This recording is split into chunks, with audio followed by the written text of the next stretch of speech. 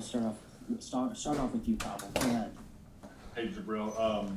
Coach O said, before we get started, thank you for doing this. All of the media people, we've even said on Twitter, we understand these are difficult times, and no one wants to have to jump in front of a microphone. So thank you for doing this. And tell Zach if you see him, and Liam as well. But Coach O talked about the practices being spirited, and Zach just referenced that yesterday's was really good. So there is the idea that you guys haven't thrown in the towel, right? I mean that you guys still are fighting hard, and that despite what's happening around you, it hasn't deterred you from trying to finish this season. Is that accurate? Right, exactly. We're all just still trying to put good tape on film. A lot of guys on the team, we're looking at the next level and trying to reach that goal. So putting on good film against pretty good teams is something that we're striving for, and by doing that is trying to play great together as a team and just going through practice and everything. We're just trying to keep our heads up high. I think Coach, he's been doing a good job of telling us keep fighting. Everything that's happened in the past has happened, and we just have to look forward.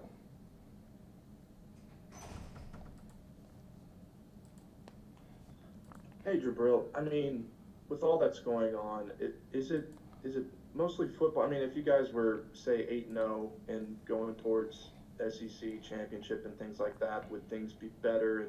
Or with all that's leaving, is it more than football? I think right now these are weird times and everything that's going on.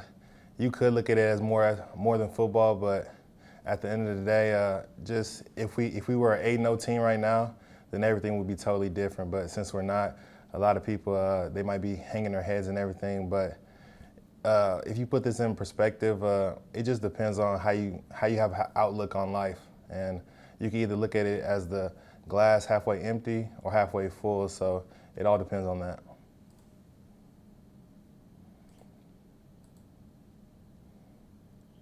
Jabril, looking at Florida here for a second, what's going to be the challenge in stopping Kyle Pitts, and what makes him such an effective player? I imagine you might have some responsibility in lining up against him Saturday. Right. Their offense, Kyle Pitts, Kyle Trask, Tony, they're all great weapons that he has to throw to. And just him, he's kind of like a Eric Gilbert, someone that I've seen in practice most of the time, the way he runs his routes, the way he battles for the jump balls and is physical. So me and him matched up one-on-one would be a great competition come this Saturday. And Jabril, it's been a long year since you arrived to now. I mean, how much of some of the things that happened over the summer through the preseason, have those things been resolved? I mean, or is there still things that y'all hope do get resolved? As in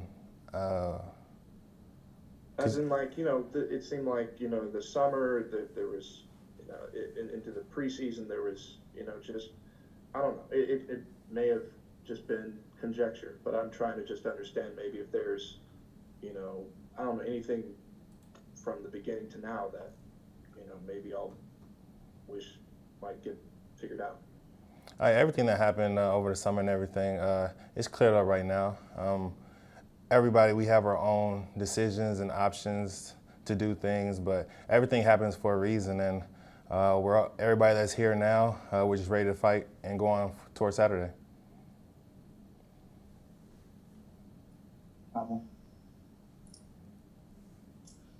We talked, you mentioned Eric, and obviously his situation is fluid right now, but I can't imagine a guy having more of a culture shock than coming from North Dakota to Baton Rouge. I mean, maybe if you went to New Orleans, it would have been even more extreme. But can you speak to that, having a young team and maybe facing some challenges this season that normal freshmen probably aren't going to face, and trying to navigate those waters? And how do you or any of your teammates, put an arm around a guy in a situation like this and kind of help walk them through it? Right, having a young team, it can be extremely difficult, especially from the student-athlete sides of it, being your first year. A lot of people don't like to see, they overlook how mental health is really something that student-athletes have trouble with going on throughout the season, and that can take a toll on you, especially with COVID going on, you being away from your family and everything. So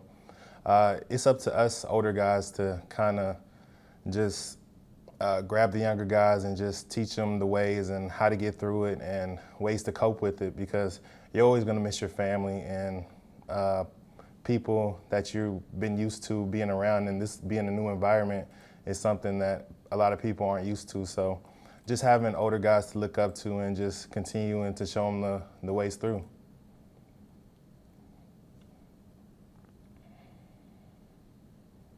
Jabril, you came from a program where you rarely lost in 3 years, national championships every year. Now you're in a situation where it's just trying to get a win. How have you put that in perspective? Because those are so far opposite dynamics. Yes, I think this helps me, and it mostly humbles me, and knowing how to lose and how to come back and feeling that hunger again, because when I was at North Dakota State, we barely even felt the loss. So just having this down season is something that I always keep within me, and just knowing that how I have to always continue to work hard and strive to continue to be at the top.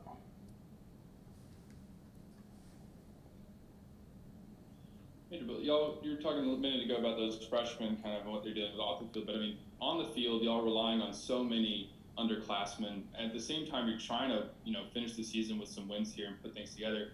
Is it difficult to sort of combine that desire to win now and develop the guys that haven't had that much experience at the college level? And in your experience, how much time does it kind of take freshmen to sort of get to this level where they need to be? Yeah, it mostly depends on the freshmen themselves. Some people, they're quick learners and they get up to speed real fast. Some people, it'll take them a couple games. So just giving them this experience is something that's very helpful for them. But trying to win right now and giving them the experience is something that we're working on in practice, getting them up to speed and everything, especially during Competition Tuesday. So this is like a real tough battle day for them, for all of us. So just trying to get younger guys and older guys at the same level, either communicating or playing wise, is something that we're still working on.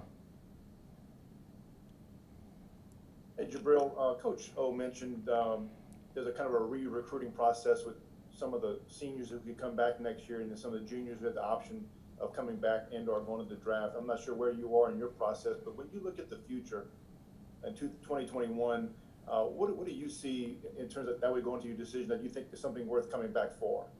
Right. I see a bright future in this coming next season, because the amount of young guys right now are getting the amount of reps. So next year they won't be considered rookies anymore. They'll be vets within the playing system. So there's a lot of young talent on the team that getting some run this year was very key for them going into next year. So next year I see LSU back at the top.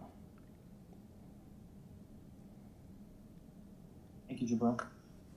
Thank you.